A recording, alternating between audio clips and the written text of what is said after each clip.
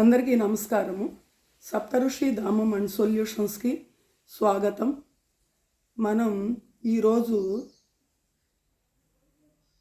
మాట్లాడుకునే టాపిక్ మనకి తెలిసిన విషయము కరెక్ట్గా తెలుసుకుని దానిలో ఉన్న సత్యం ఏంటి, సత్యాన్ని సత్యంలాగానే మనము ఎదుట వాళ్ళకి చెప్పాలి తప్ప మనము ఏది పడితే అది రాంగ్ గైడెన్స్ అనేది ఇవ్వకూడదు. మనకి ఏం తెలుసు, అది సరి అయినదా సరికానిదా అని తెలుసుకుని దాన్ని ఎదుట వ్యక్తులకి చెప్పవలసిన అవసరం వచ్చినప్పుడు మనము ఎదుట వ్యక్తులకి సరిగా చెప్పాలా వద్దా మేడం?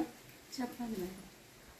చెప్తేనే కరెక్ట్గా వెళ్తుంది. అది చెప్పాలి, కరెక్ట్గా చెప్పాలి. ముందు మనం కరెక్ట్గా తెలుసుకోవాలా వద్దా? తెలుసుకోవాలి. మనకు తెలిసిన తర్వాతే చెప్పాలి. అది మనకి 100% తెలిస్తే మనం 10% చెప్పగలుగుతాం, ఎప్పుడైనా ఎక్స్ప్రెస్ చేయగలుగుతాం. అయితే మనకి తెలిసినా తెలవకపోయినా ఏది పడితే అది మనం చెప్పామనుకోండి, అది అవతల వ్యక్తులకి నష్టం చేస్తుందా లాభం చేస్తుందా? నష్టమే మేడం గారు, నష్టం. అయితే మీ దృష్టికి వచ్చిన కొన్ని విషయాల గురించి మీరు ఇప్పుడు నాకు మీ దృష్టికి వచ్చిన కొన్ని విషయాలు నాకు చెప్పారు. వాటి గురించి మీరు ఇట్లా ఈ వీడియో ముఖంగా చెప్పారనుకోండి, అది ఎక్కువ మందికి తెలుస్తుంది అన్నమాట. ఏ మేడం? ఎక్కువ మందికి తెలిసి వాళ్ళ యొక్క జీవితాలను కూడా వాళ్ళు సరి చేసుకోవడానికి అవకాశం ఉందన్నమాట. ఇది ఎవరిని ఉద్దేశించి ఎవరినో తక్కువ చూపించడం కాదండి.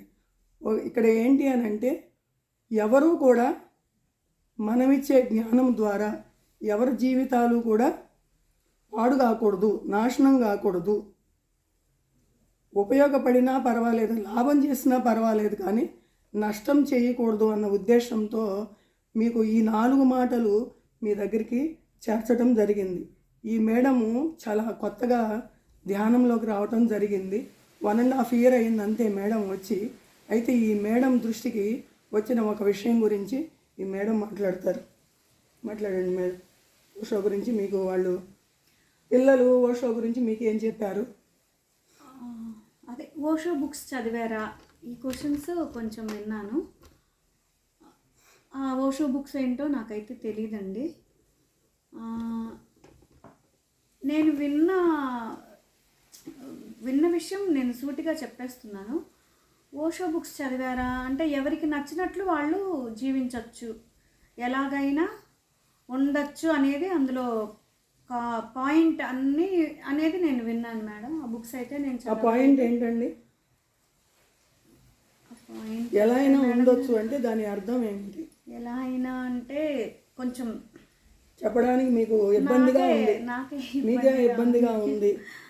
పెద్దదాన్నైనా నాకే ఇబ్బందిగా. అవునా? చెప్పాలి మరి. సత్యాన్ని సత్యంగా చెప్తేనే కదా నలుగురికి తెలుస్తుంది. అంటే ఎవరితో అయినా ఫిజికల్ రిలేషన్స్ పెట్టుకోవచ్చు అన్నది ఇష్టమైతే ఏమైనా చేయొచ్చు, ఎలాగైనా కొంతమంది యంగ్స్టర్స్ ఎవరితో అయినా అన్నది నేను విన్నాను. చెప్పండి, మీకు తెలిసిన సత్యం మీరు సూటిగా గట్టిగా చెప్పగలగాలి. అది తప్పు,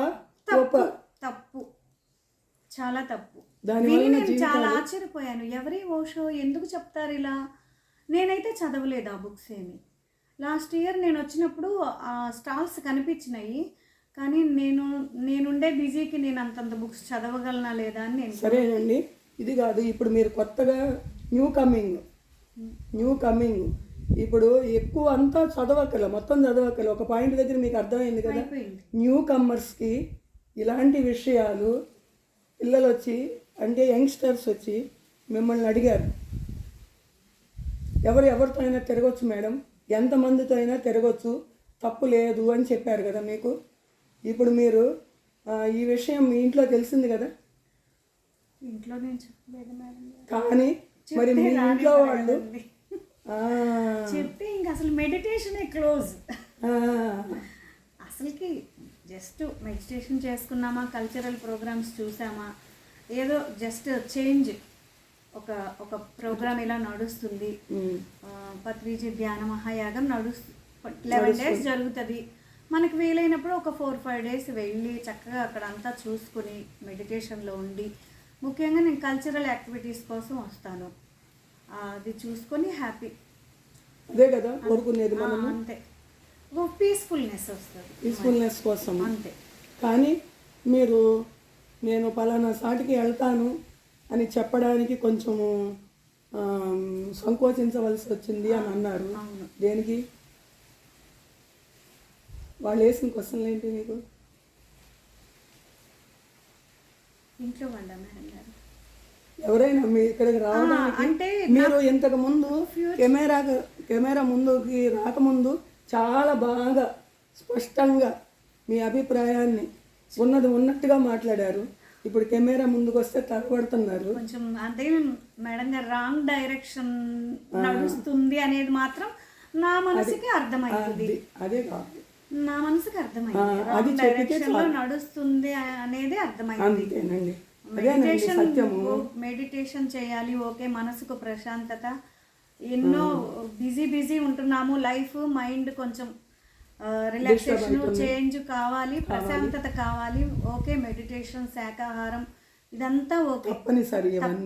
ఇవన్నీ చాలా అద్భుతమైనవి, భూమి మీద ఉన్న వరాలు అద్భుతమైనవి. నేను ఫుల్ శాకాహారినే, పూర్తి శాకాహారినే. ఈ మెడిటేషన్ లోకి వచ్చిన తర్వాతే మానేశాను. రావడం కూడా అనుకోకుండా వచ్చానండి, ఒక పిక్నిక్ లాగా వెళ్ళాను ఒక ప్లేస్ కి. మీకు కావాల్సింది దొరికింది, కానీ దాని చుట్టూ ఉన్న ఒక చెత్త రాంగ్ అనేది మనకి రాంగ్ డైరెక్షన్ అయితే నడుస్తుంది. దాని వలన కొత్త వాళ్ళ మీద ప్రభావం ఎలా ఉంటుందండి?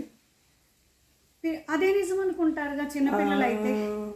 ఇప్పుడు నేనంటే 40+ నాకు కొంచెం ఒక జ్ఞానం, ఒక ఐడియా ఉంది. ఇది కాదు కరెక్ట్, ఇదేదో రాంగ్ నడుస్తుంది అని నాకు అర్థమైంది. చిన్నపిల్లలకైతే అర్థం కాదు కదండి, వాళ్ళు ఏమో ఇదే కరెక్ట్ ఏమో, అవునా అని అనుకుని ఆచరిస్తారేమో అని ఒక కొంచెం భయం కూడా ఉంది. దాని వలన వాళ్ళ జీవితాలు నాశనం అయిపోతాయి, అది మాట. కానీ ఎప్పటికైనా ఇది బయటకు వచ్చినా కూడా ప్రాబ్లమేనండి, అసలుకి మొదలకే ప్రాబ్లం వస్తుంది. ఏదో ఒక రోజు బయటికి రాకుండా ఉండదు, ఏదో ఒక రోజు వస్తుంది, ఏదో ఒక రోజు. అంటే ఇప్పుడు చాలా మంది అందుకునే ఇప్పుడే మనము జాగ్రత్త పడటం మంచిది, చాలా మంచిది. ఏదో ఒక రోజు వచ్చి అసలుకి మొత్తం అసలు ఇంకా పదం ఎత్తుకోవడానికి ఉండదు ఎవరికి. ఇళ్లలో ఫస్ట్ పర్మిషన్స్ రావు, ఎవరికన్నా చెప్పడానికి కూడా నేను ఇలా వెళ్తున్నా అవునా అని చెప్పలేని పరిస్థితి వస్తుంది. ఇప్పుడంటే కొంచెం అంటే ఇంకా బయటికి రాలేదు, నడుస్తుంది. అది వెళ్ళి ఒక్కసారిగా బ్లాస్ట్ అవుతుందేమో అని నాకు అనిపిస్తుంది. కానీ ఇప్పుడైనా మనకు అలాంటివి లేకుండా మేలుకొని కేర్ లిమిట్, కేర్ ఎంతవరకు చేయాలి అంతవరకు చేయాలి, చేసుకుని పర్ఫెక్ట్గా చేసుకుంటే మెడిటేషన్ మించింది అయితే ఏదీ లేదు. చాలా బాగా చెప్పారు మేడం, థ్యాంక్ యూ. చూడండి, మేడం యొక్క అభిప్రాయం చెప్పారు. మనము తొందరగా మేలుకోవాల్సిన అవసరం వచ్చిందన్నమాట. ఏమీ లేదండి, ఓషో అంతా బెస్టే చెప్పారు. ఎక్కడా కూడా ఆయన ఏది కూడా తప్పు మాట్లాడలేదు, తప్పు చెప్పలేదు, తప్పు చేయలేదు కూడా. అయితే మనకి ఆయన ఏం చెప్పాడు అన్నది లోతుగా అర్థం కాలేదు అన్నమాట. ఆ అర్థం కాని కారణంగా ఇప్పుడు ఇక్కడ ఈ పిల్లలకు కూడా ఆ పుస్తకాలు చదివారు కదా, ఓషో బుక్స్ చదివారు. ఓషో పూర్తిగా వాళ్ళకి అర్థం కాలేదన్నమాట. అతను చెప్పింది వాళ్ళకి పూర్తిగా అర్థం కాలేదు కాబట్టి వాళ్ళకి అర్థమైంది తీసుకున్నారు, అందులోంచి తీసుకుని అది వేరే వాళ్ళకి చెప్పుతున్నారు అన్నమాట. వేరే వాళ్ళకి చెప్పి ఓషో ఇలా చెప్పాడు, మీరు ఎవరితో అయినా తిరగచ్చు, మొత్తం ఈ సమాజాన్ని మనము భ్రష్టు పట్టించవచ్చు. అంటే అది భ్రష్టు పట్టడం అని కూడా తెలియదు, కానీ అది భ్రష్టు పట్టించవచ్చు అనేది కొత్త వాళ్ళకి నేర్పిస్తున్నారు అన్నమాట వీళ్ళు. దాంతో కొత్త వాళ్ళు పాపం అమాయకులు, వీళ్ళు చెప్పేదే అది నిజము, ఓషో కూడా చెప్పాడు అంటే వీళ్ళకి ఏదైతే అర్థమైందో ముందు వాళ్ళకి అదే వాళ్ళలోకి ఇంజెక్ట్ చేశారు. ఇంజెక్ట్ చేసినప్పుడు వాళ్ళు చదివినప్పుడు కూడా వాళ్ళు అందులో ఉన్న సత్యాన్ని తెలుసుకోకుండా వీళ్ళు చెప్పిందే వాళ్ళు మళ్ళీ గ్రహిస్తారన్నమాట. ఓషోని తప్పుపట్టే స్థితిలో మనం లేమండి. ఎందుకంటే ఓషో చాలా చెప్పారు, అవన్నీ అర్థం కాలేదు మనకి.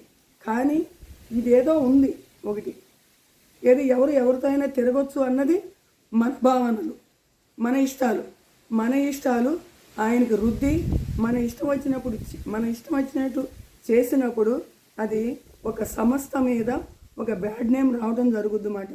కొంతమంది ఇక్కడ పాడైపోయినప్పుడు, వాళ్ళ జీవితాలు నాశనం అయినప్పుడు వాళ్ళ వెనక ఉన్న సమాజం ఉంటుంది కదా, పేరెంట్స్ కానీ అంటే వాళ్ళ కుటుంబాలు కానీ ఈ సంస్థని బ్లేమ్ చేయడం జరుగుద్దన్నమాట. ఎందుకంటే ఫలానా ప్లేస్కి వెళ్ళాడు, ఫలానా సొసైటీలోకి మా పిల్లాడు వెళ్ళాడు, మా అమ్మాయి వెళ్ళింది, మా వైఫ్ వెళ్ళింది, వాళ్ళు ఇలా తయారయ్యారు కాబట్టి దీనికి కారణము ఈ సంస్థే అని వేలు పెట్టి చూపించాల్సి వస్తుంది అన్నమాట. చూపిస్తారు.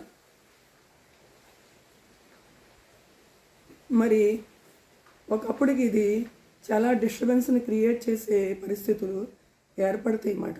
అందుకని మనము రాంగుని రైటు అని చెప్పి ప్రమోట్ చేయకూడదు. ఏది ఎవరికి ఎంతవరకు అవసరమే అంతవరకే చెప్పి దాన్ని ఆపేయాలి. అవునా కాదా మేడం? ఇది చెప్పండి. అవును. అది మనం ఏది ఎంతవరకు చెప్పాలో అంతవరకు చెప్పుదాము, అంతే తప్ప మనము తెలియని అన్నీ చెప్పే అవకాశం అందరికి ఇవ్వటం వలన ఎవరు పడితే వాళ్ళు చెప్పటం వలన దీనివలన చాలా డిస్టర్బెన్సెస్ ఏర్పడుతున్నాయి. రాంగ్ గైడెన్స్ అన్నది స్పిరిచువాలిటీలో పనికి రాదు. అంటే అన్ని జ్ఞానాల్ని, ప్రాపంచిక జ్ఞానం నుంచి మనము ఇంకా ఏదో సరి అయినది ఈ స్పిరిచువల్ జ్ఞానంలోనే ఉన్నది అని తెలుసుకోవటానికి ఇటువైపు వస్తున్నారు జనం. ఎన్నో బాధలతోనూ, జబ్బులతోనూ, సమస్యలతోనూ విసిగిపోయి వాళ్ళు స్పిరిచువాలిటీ అనే ఒక మార్గంలోకి రావటం జరుగుతుందన్నమాట. మరి ఇలాంటి మార్గంలోకి వచ్చిన తర్వాత కూడా మనము చాలా వినాశకరమైన క్లాసులు చెప్తున్నాము, వినాశకరమైన స్థితుల్ని క్రియేట్ చేస్తున్నాము. ఇప్పుడు వీటిల్లో కొన్ని చెప్తా నేను, కొన్ని క్లాసులు చాలా దారుణంగా నడుస్తున్నాయి అన్నమాట. కొత్త వాళ్ళకి అది చాలా ప్రమాదకరం అన్నమాట. పాత వాళ్ళు ఆల్రెడీ చాలా మంది దాన్ని నమ్మి నష్టపోయారు. అలాగే మళ్ళీ కొత్త వాళ్ళు కూడా నష్టపోయే పరిస్థితుల్ని మనం ఏర్పరచకూడదు. పత్రి గారు ఒకటే చెప్పారు, ధ్యానము, శాకాహారము. ముందు మీరు ఆహారాన్ని ఎప్పుడైతే శుద్ధం చేసుకుంటారో మీ మనసు ఈ ధ్యానాన్ని వినటానికి సిద్ధంగా ఉంటుందన్నమాట. మనము ఆహారాన్ని శుద్ధమైన ఆహారం, హింసతో కూడింది కాకుండా మనం కొంచెం శుద్ధం చేసుకుని మన మనసుని శుద్ధి చేసుకున్నాం అనుకోండి, అప్పుడు మెడిటేషన్ మనకి బాగా అర్థమయ్యి మనం మెడిటేషన్ చేసుకుని మనను గమనిస్తే చాలండి, మనం సరి చేసుకుంటే చాలండి. ఎవరు ఏది పడితే అది చెబితే దాన్ని విని మన జీవితాలు పాడు చేసుకోవద్దు. చాలా భ్రమంలోకి, ఊహల్లోకి తీసుకెళ్లే ప్రయత్నాలు కూడా చాలామంది చేస్తున్నారు. అది కాదు. ఇక్కడ నేను చెప్పే క్లాసులు చాలా మన్ని ఎట్లా అంటే ఒక రాంగ్ గైడెన్స్ వైపు నడిపిస్తున్నాయి అన్నమాట. సత్యాన్ని ఎవరైనా సరే పదే పదే అసత్యంలాగా మార్చి సత్యాన్ని అసత్యంలాగా మారుస్తున్నారు అన్నమాట. అసత్యాన్ని సత్యంలాగా మార్చాలని ప్రయత్నం చేస్తున్నారు. సత్యాన్నేమో అసత్యం చేస్తున్నారు, అసత్యాన్నేమో సత్యము అని 10 సార్లు చెప్పుతుంటే దాన్ని వినేవాడు అసత్యమే సత్యం అనుకుని, ఎందుకంటే సత్యం వైపు రావటము చాలా కష్టం అండి. కొంచెం గట్టి ప్రయత్నం చేస్తే తప్ప సత్యం వైపు రాలేరు ఎవరూ కూడా. కానీ ఏ ప్రయత్నము చేయకుండా మనం తొందరగా భ్రమలు, ఊహలు అనే వాటి ద్వారా అసత్యంలోకి తొందరగా పోవచ్చు. అది చాలా అట్రాక్టివ్గా ఉంటుంది అన్నమాట. మనకు నచ్చినట్టు ఉంటుంది. ఎందుకంటే మనలో ఉన్న బలహీనతలకి అది ఒక ఏమంటారు దాన్ని, ఎంకరేజ్ చేసేదిలాగా ఎంకరేజ్ చేస్తుంది అన్నమాట. అసత్యం ఎప్పుడు మనము సత్యం వైపు రావాలంటే కొంచెం కఠిన స్థితిని అనుభవించాలి. కఠిన స్థితుల్ని క్రియేట్ చేసుకోవాలన్నమాట. దానికి ఇంకొకటి లేదు మాట, నో ఆప్షన్ మాట. సత్యానికి ఒకటే ఆప్షను, సరిగా ఉండు, సరి అయిన దారిలో పో అన్నదే ఆప్షన్ మాట. ఇంకొక ఆప్షన్ లేదు. కానీ అసత్యానికి నువ్వు ఏ దారిలో అయినా పోవచ్చు, నువ్వు ఎలా అయినా పోవచ్చు, నీకు ఎట్లా నచ్చితే అలా చేయొచ్చు మాట. కాబట్టి దయచేసి గుర్తించండి, ఇక్కడ చాలా అనవసరమైనవి చాలా నడుస్తున్నాయి. దానివలన చాలామందికి నష్టం జరుగుతుంది. కాబట్టి అది మా దృష్టికి వచ్చింది. కాబట్టి అలాంటి పరిస్థితుల్ని మేము ఎంతోమంది ఎదుర్కోవటం చూసాము. కాబట్టి సత్యాన్ని సత్యంగా గ్రహించండి, సత్యాన్ని సత్యంగానే చెప్పండి అని మీ దృష్టికి తీసుకురావటం జరిగింది. Thank you madam. అందరికీ నమస్కారము. దయచేసి గ్రహించండి.